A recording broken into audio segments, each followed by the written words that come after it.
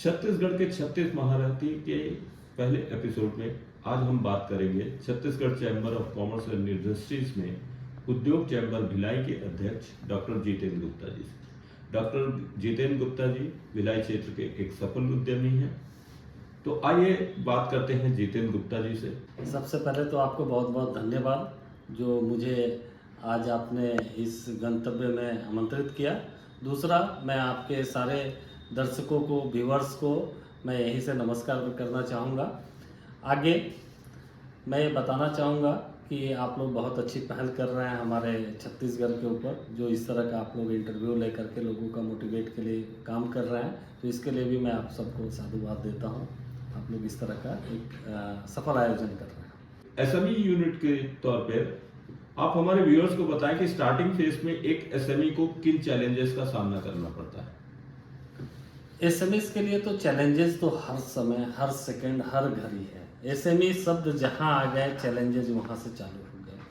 उनको अगर एसएमईस को कुछ भी करना है, चैलेंज तो उनके पास हर समय है और उसको फेस करने के लिए उनके पास चाहिए खुला दिमाग और टेक्नोलॉजी का साथ और कुछ टीम जो उनके सपोर्ट्स हैं, इनके साथ वो लेकर के चल सकते हैं। और चैलेंजेस स्वीकारना ही एसएमई का काम है। और एसएमई तभी बना है जब वो चैलेंज स्वीकारने की क्षमता रखता है। और शायद एसएमई इसी चैलेंजेस को करते करते आज देश की थर्ड इकोनॉमी में बहुत बड़ी भूमिका निभाने जा रही है। तो एसएमईस के लिए कुछ बताने की ज़रूरत नहीं है। जहाँ एसएमई वो अपने आप को प्रस्तुत कर रहा है, वहाँ वो चैलेंजिंग, उसके पीछे लिखा हुआ है कि I am a challenge facer. हम चैलेंज को फेस करने वालों में हैं। भिलाई क्षेत्र में आप किस तरह के उत्पादों की संभावनाओं को देख रहे हैं? सर, मैं भिलाई में एक उद्यमी हूँ और भिलाई में एक मैन्युफैक्चरिंग का भी हमारा कारोबार है। और भिलाई बोलने से इंडिया का एक विशिष्ट औद्योगिक क्षेत्र है जो कि अपनी खास पहचान रखा है। और भिलाई नगरी को इस्पात नगरी के नाम से भी विख्यात है। हमारे देश ही नहीं बल्कि पूरे विश्व में भिलाई की रेल लाइन से रेल दौड़ती है। और भिलाई का इतिहास काफ़ी पुराना है, लेकिन आज के दौर में भिलाई भी कहीं पिछड़ रहा है। खैर, हम थोड़ा सा जागरूक हैं, चूँकि हम सोशल हैं और सब जगह घूमते हैं, तो हम टेक्नोलॉजी के दौर को समझते हैं कि आज की जनरेशन को किस तरफ जाना चाहिए और आज की इंडस्ट्रीज को किस तरफ अपने को फोकस करना चाहिए।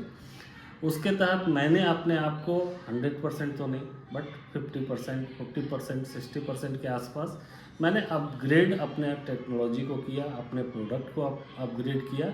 तब जाकर के कहीं भी मैं अपने आप को एक विशेष प्रोडक्ट को लेकर के, उसकी गुणवत्ता को लेकर के थोड़ा सा वेटेज ले रहा हूँ। आने वाले समय इससे भी टफ आने वाले हैं। उस समय शायद मुझे 100% अपग्रेड होना पड़े, तब जाकर के मैं अपने आप को कम्पिटिट कर सकूं। उसी तर्ज पे मैं भिलाई के उद्योगपतियों को भी ये कहना चाहूँगा कि वो अपने आप को अपग्रेड करें और भिलाई की जो ख्याति थी, बरसों से चलते आ रही थी, उसको बरकरार रखने में ये हमारे भिलाई के उद्योगपति साथियों का भी सहयोग होना चाहिए। जो भिलाई की ख्याति है, जैसे हमारा भिलाई स्टील प्लांट, जिसकी बदौलत पूरी भिलाई है।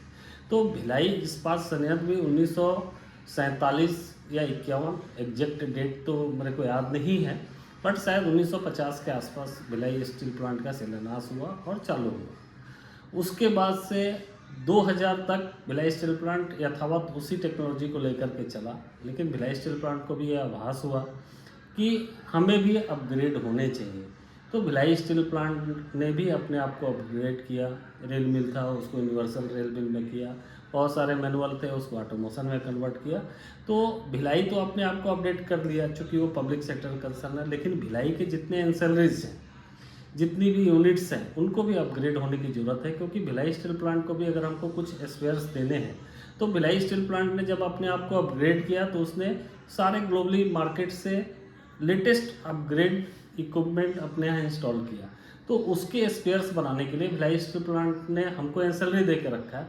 तो हम एंसेलरी कब बने? जब रशियन टेक्नोलॉजी के मशीनरी थे।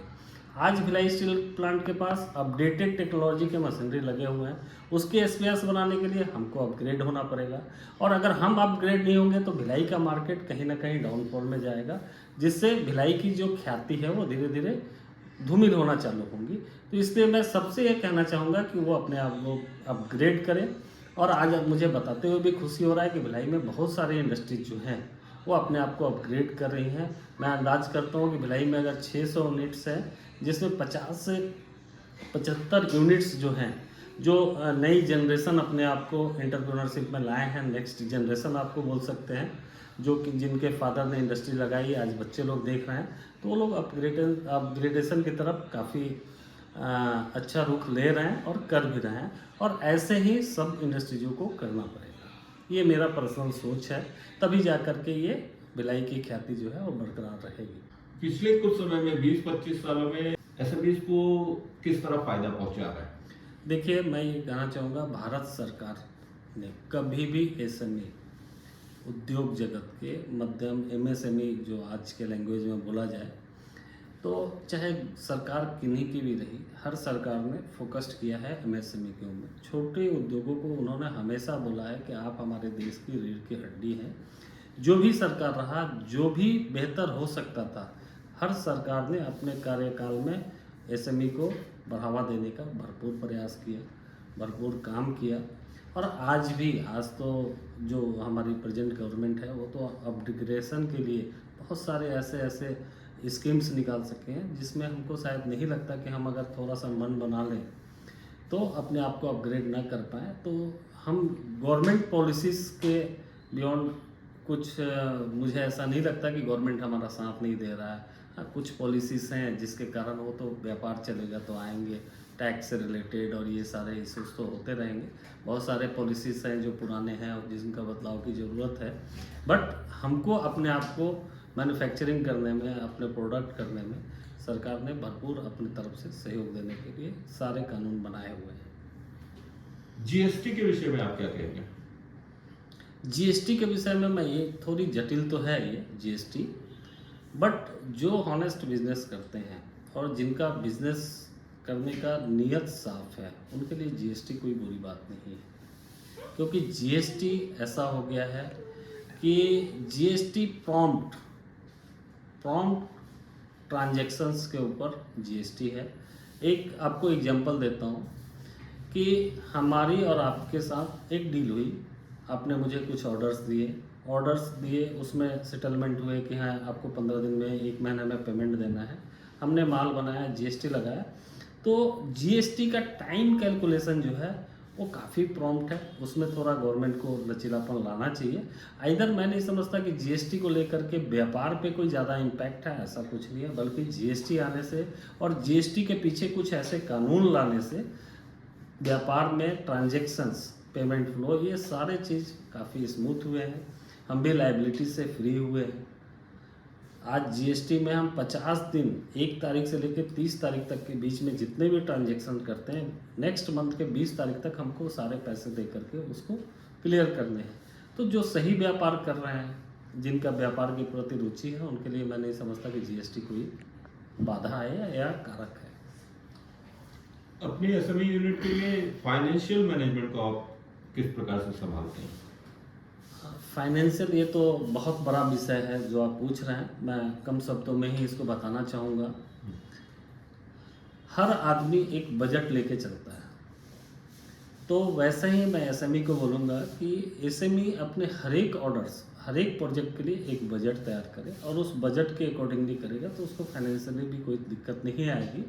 क्योंकि बजट मतलब क्या होता है कि हमने 1 लाख का एक ऑर्डर कर लिया, ऑर्डर मिल गया हमारे पास, तो उस 1 लाख के ऑर्डर को एग्जीक्यूट करने के लिए हमारे पास कितने बजट होने चाहिए। बजट मीन्स हमारे पास कितने फाइनेंस की फैसिलिटीज होनी चाहिए, कितनी हमारे पास वर्क स्ट्रेंथ होनी चाहिए। ये एक प्रायर बजट वो बना ले और बजट बना करके वो काम करेंगे, तो मैं अंदाज करता हूँ कि वो जिस लेवल के भी एसएमईज हैं, वो 1 लाख से 5 लाख के बीच के भी हो सकते हैं, 5 से 50 हो सकते हैं, 50 से 1 करोड़ हो सकते हैं, 1 करोड़ से 10 करोड़ के भी हो सकते हैं। तो बजट अपने हिसाब से वो बना करके बढ़िया वो फाइनेंशियल मैनेजमेंट कर सकते हैं और यही एक सुटेबल तरीका है। वो बजटिंग करना चालू कर दें कि हमको ये चीज़ बनाने में इतने कॉस्ट आ रहे हैं, इतने इनपुट्स आ रहे हैं, उनका सारा डेटा रहे तो उनको फाइनेंशियली कोई तकलीफ नहीं आएगी। जो भी तकलीफ आना है उनको बजट बनाते टाइम आएगी कि हम इसके लिए पैसा कहाँ से, तो उनके माइंड में वो क्लिक रहेगा कि इस ऑर्डर को पूरा करने के लिए हमको इतने पैसे की ज़रूरत है, और वो पहले से अगर कर देंगे तो उनको आगे चलने में तकलीफ नहीं होगी। बेसिकली प्लानिंग पे फोकस होना चाहिए, प्लानिंग पे और बजटिंग पे, तो उनको कोई फाइनेंशियल तकलीफ नहीं आएगी। क्योंकि आज गवर्नमेंट के ऐसे ऐसे स्कीम हैं कि आपने अगर 1 करोड़ का ऑर्डर ले लिया और आपकी फाइनेंशियल स्ट्रेंथ 20 लाख रुपए की है, तो आपको शॉर्ट फाइनेंस उस ऑर्डर के ऊपर में आपको कोई भी नेशनलाइज्ड बैंक आपको वो फंडिंग आपको प्रोवाइड कर देगी, ताकि आप वो बिजनेस करके एक सुटेबल इंटरेस्ट पे करके आप बेच सकते हैं। तो मैं नहीं समझता कि आज के दौर में फाइनेंस भी एक हमारे लिए दीवार बना हुआ है, वो दीवार भी टूट चुका है, और उस दीवार को आपका आगे का गाड़ी चलने में कोई बाधा ना हो, आपकी मैनेजमेंट और आपकी सोच के ऊपर डिपेंड करता है। डॉक्टर जितेंद्र गुप्ता जी, आप अपनी टीम को कैसे मोटिवेटेड रखते हैं और कनेक्टेड रखते हैं अपने साथ? किसी भी उद्यमी का अगर बैकबोन बोला जाए तो उसकी टीम है जी। उसके जो ऑनर हैं वो चाहे जितने बड़े क्लासिफाइड क्यों ना हो, जितने भी ज़्यादा स्किल क्यों ना हो, जितना भी उन्होंने एक्सपीरियंस क्यों ना रखा हो, विदाउट टीम वो जीरो हैं। तो मैं ये समझता हूँ कि अपनी टीम को प्रोत्साहित रखें, हर समय उनको इंसेंटिव दें और पीसफुल वातावरण में उनसे काम कराएं। मैं ऐसा कराता हूँ और मुझे वैसा परिणाम भी आते हैं। कहीं कहीं पे कोल्हू का बैल समझ करके काम कराने वाले दिन खत्म हो चुके हैं। आज हर कोई साक्षर है। अगर कोई एक अनस्किल भी आता है तो उसके भी घर में साक्षर परिवार के लोग हैं, उसके भी बच्चे आज के जनरेशन के हैं, तो उसके साथ भी आप एक अच्छे से आप पेश कीजिए, जो उसकी सर्विस है सर्विस दीजिए, उसके साथ आप अच्छा व्यवहार कीजिए, और वो आपकी टीम का एक पार्ट है तो उसके साथ कुशल व्यवहार रखिए, तो आपको वो आउटपुट देगा और शायद इको फ्रेंडली बन करके ही टीम के साथ आप काम कर सकते हैं। और यही पॉलिसी सबके साथ होनी चाहिए, क्योंकि आज का वो दौर नहीं है कि हम डांट डपट और डर से काम करा सकें।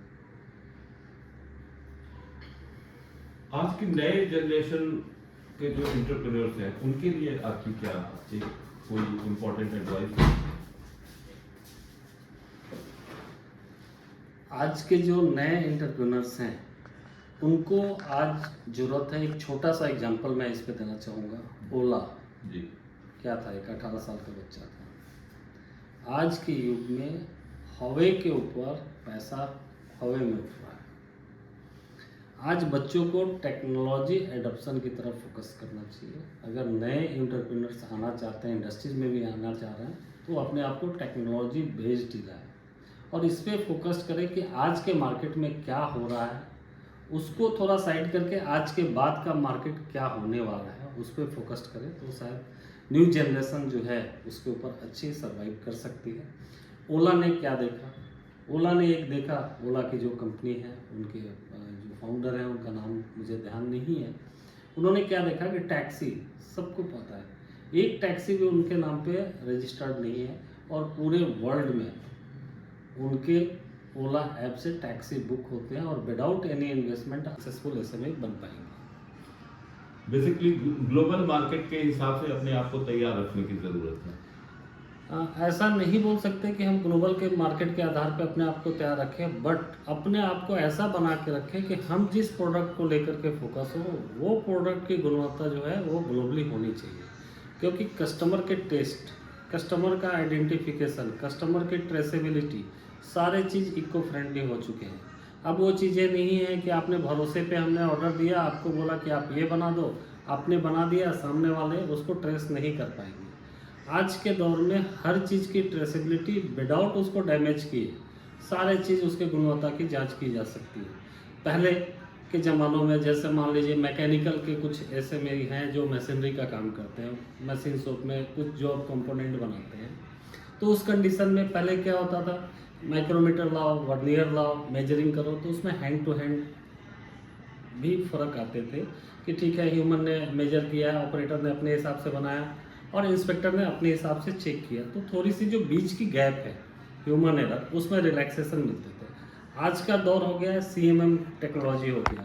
आपने जो कंपोनेंट बनाया, आपने कैसे बनाया, XYZ, उससे आपके कस्टमर को मतलब नहीं है।